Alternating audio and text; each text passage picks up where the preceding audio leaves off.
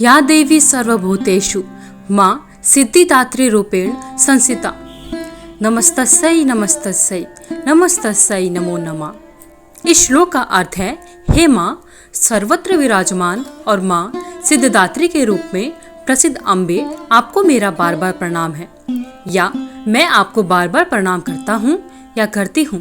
हे मां, मुझे अपनी कृपा का पात्र बनाओ। नवरात्रि की 9वें दिन की आप सभी को हार्दिक शुभकामनाएं। आज नवरात्रि का अंतिम दिन है, यानी नवरात्रि का 9वां दिन है। आज के दिन मां सिद्धिदात्री की पूजा आराधना की जाती है। साथ ही नवरात्रि का सभी देवियों की पूजा भी की जाती है। मां दुर्गा जी की 9वीं शक्ति का नाम माता सिद्धिदात्री है। ये सभी प्रकार की सिद्धियों को देने वाली है। नवरात्रि पूजन के 9वें दिन माता सिद्धिदात्री की उपासना की जाती है। इस दिन शास्त्रीय विधि विधान और पूर्ण निष्ठा के साथ साधना करने वाले साधक को भी सभी प्रकार की सिद्धियां प्राप्त हो जाती हैं। सृष्टि में कुछ भी उसके लिए अगम्य नहीं रह जाता। ब्रह्मांड पर पूर्ण विजय प्राप्त करने की सामर्थ्य उसमें आ जाती है। मार्कंडेय पुराण के अनुसार अणिमा, महिमा, गरिमा, लघिमा, प्राप्ति, प्राकम्य, ईशित्व और वशित्व, ये 8 सिद्धियां होती हैं।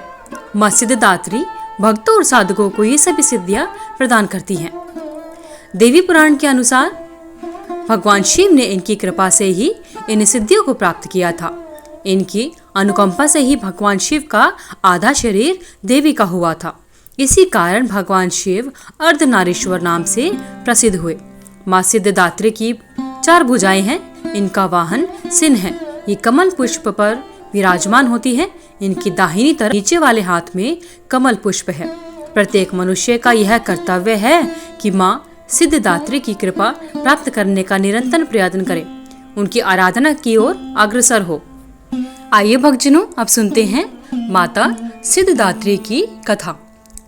माता सिद्धिदात्री की पौराणिक कथा के अनुसार भगवान शिव ने माता सिद्धिदात्री की कठोर तपस्या की और तपस्या कर कर 8 सिद्धियों को प्राप्त किया था।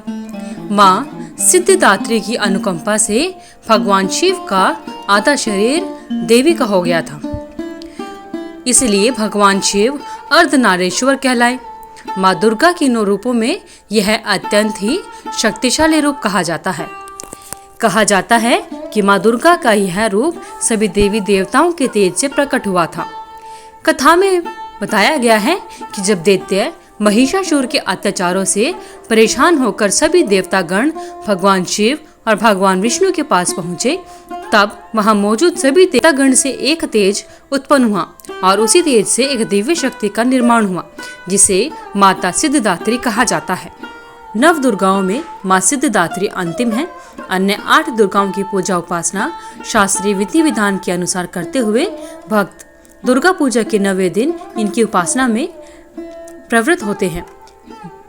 माता सिद्धिदात्री की उपासना पूर्ण कर लेने के बाद भक्तों और साधकों की लौकिक पारलौकिक सभी प्रकार की कामनाओं की पूर्ति हो जाती है। मां भगवती का परम सानिध्य ही उसका सर्वस्व हो जाता है। इस परम पद को पाने के बाद उसे अन्य किसी वस्तु की आवश्यकता नहीं रह जाती। मां के चरणों का यह सानिध्य प्राप्त करने के लिए हमें निरंतर नियमनिष्ठ रहकर इनकी उपासना करनी चाहिए। मां भगवती का स्मरण, ध्यान, पूजन हमें संसार की असारता का बोध कराते हुए वास्तविक परम शांतिदायक अमृत की ओर ले जाती है। धन्यवाद। यदि आपको यह वीडियो अच्छी लगी तो हमारे वीडियो शेयर करें, लाइक करें और चैनल को सब्सक्राइब करना ना भूलें।